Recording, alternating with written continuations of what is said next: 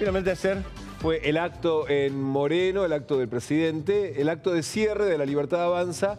Todavía hay tiempo para hacer campaña hasta el viernes a las 8 de la mañana, pero La Libertad Avanza decidió concluir ayer con este acto en... 25 horas.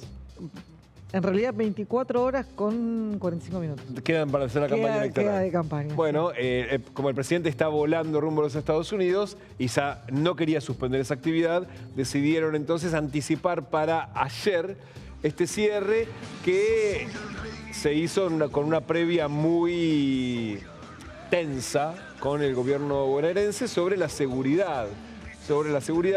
De hecho, el presidente tenía previsto ingresar al escenario a través de la gente.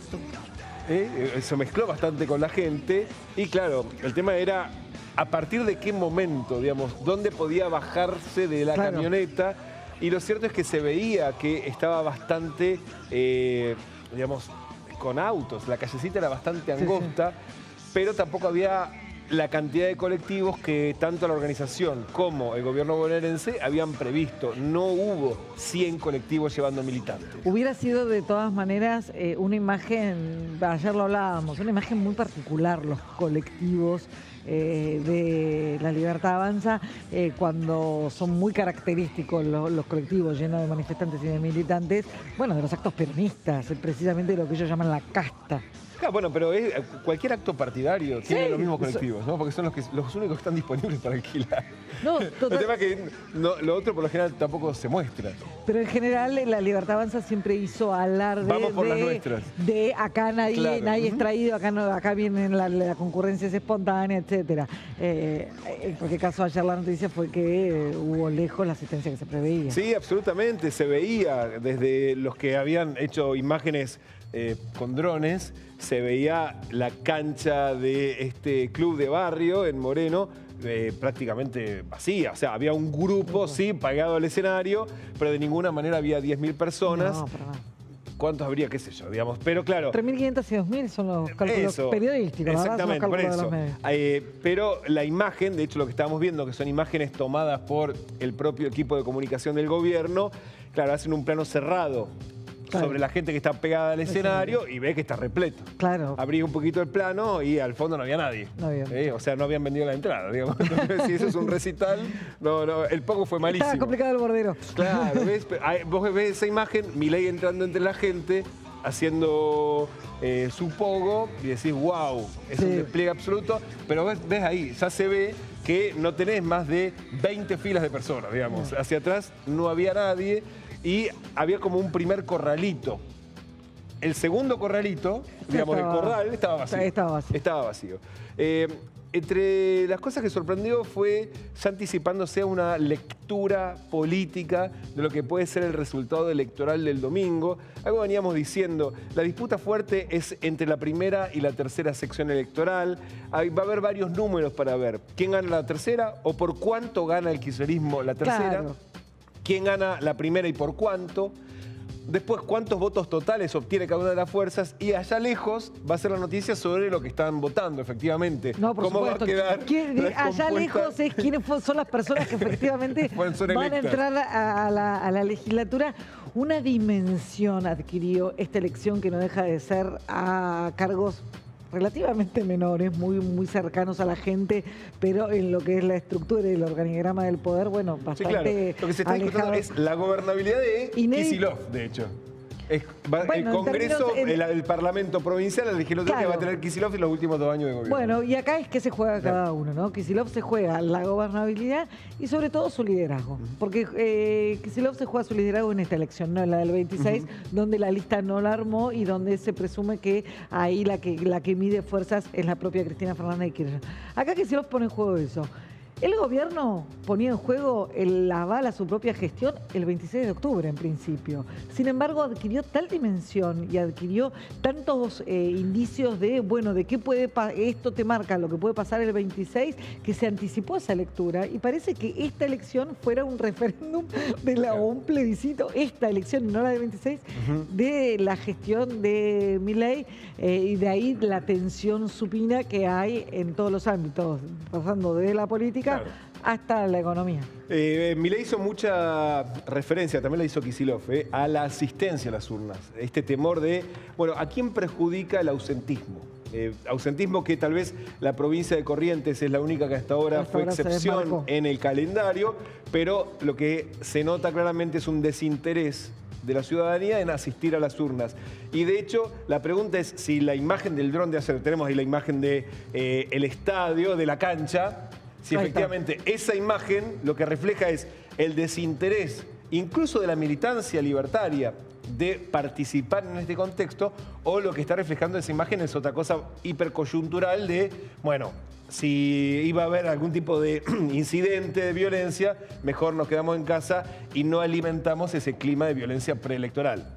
Porque beneficiados, entre otras lecturas posibles, porque ¿no? de ese escenario no salía ningún beneficiado, ni la oposición ni el propio gobierno, así que la violencia claramente no le convenía a nadie. Llamó el presidente a votar. Efectivamente, el principal temor, y es una de las lecciones tal vez que sacó de Corrientes el gobierno, el principal temor es que el aparato sí movilice y la Libertad Avanza, que tiene un aparato en comparación muchísimo más disminuido, no logre entonces poder competirle. Así lo decía el presidente ayer en el acto. Pero nosotros los vamos a aplastar en las urnas.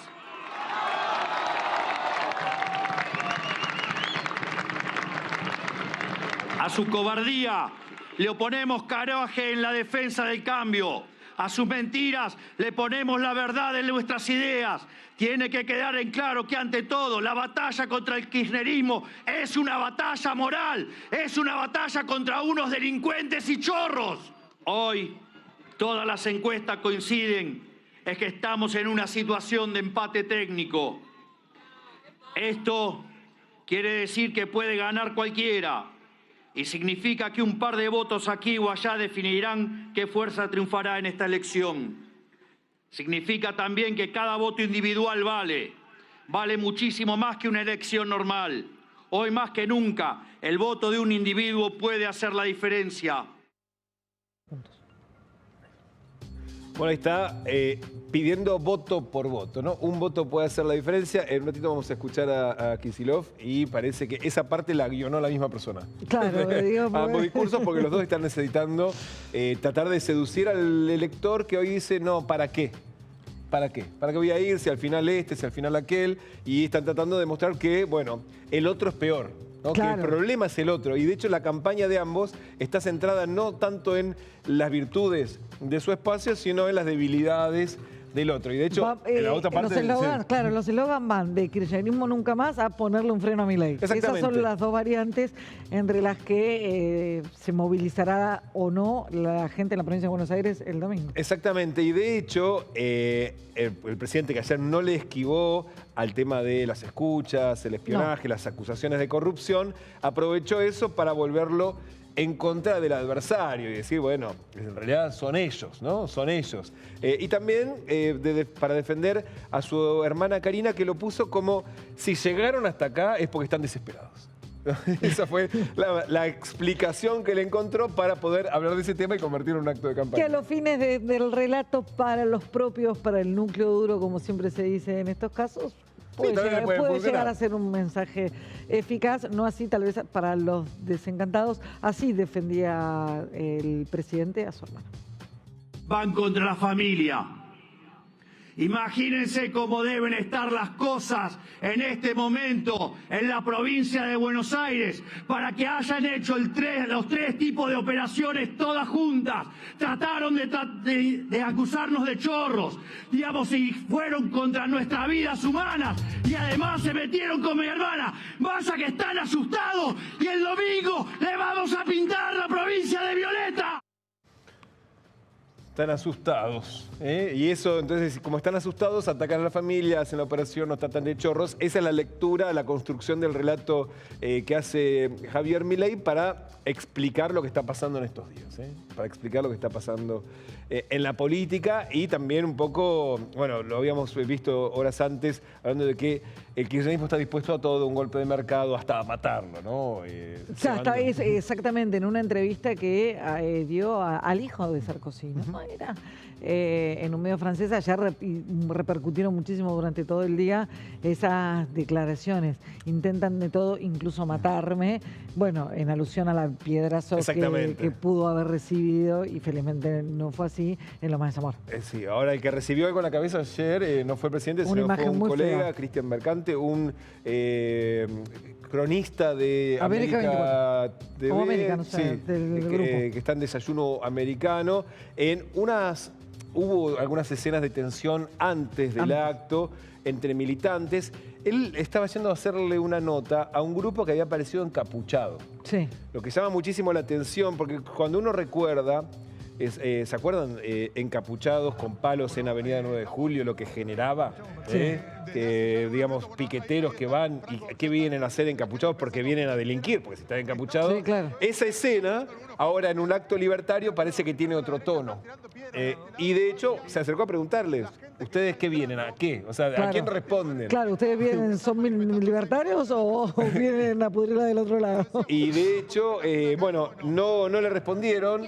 No verbalmente, pero sí se dio vuelta y le tiraron un botellazo que le dio en la frente, le abrió la frente, le pudieron contener la hemorragia rápidamente, lo atendieron y después él dijo que estaba bien, pero explicó esta situación, que se acercó a preguntarle a una persona encapuchada que está llegando a un acto político donde se dice, ojo que pueda llegar al problema, no era una situación muy... No, claro, era el primer rasgo distintivo porque además fue bastante temprano. Tal cual. Unas cuantas horas antes, 2 horas antes de que empezara, era de día todavía. Y lo que llamó muchísimo la atención es que la policía bonaerense los dejó pasar y la Gendarmería Nacional los dejó pasar, encapuchados.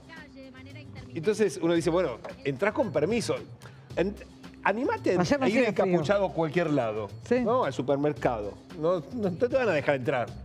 Con lo cual, imagínate un acto político en donde la previa está precisamente teñida por la advertencia de actos de violencia, como el acto de ayer, que le decían, suspende el acto, señor presidente, porque no están dadas las condiciones de seguridad. Y aparece un grupo de personas encapuchadas, ¿no? Bueno, no fue el único acto de cierre, el de Milei de ayer. No. También en la primera sección electoral, pero en Benavides.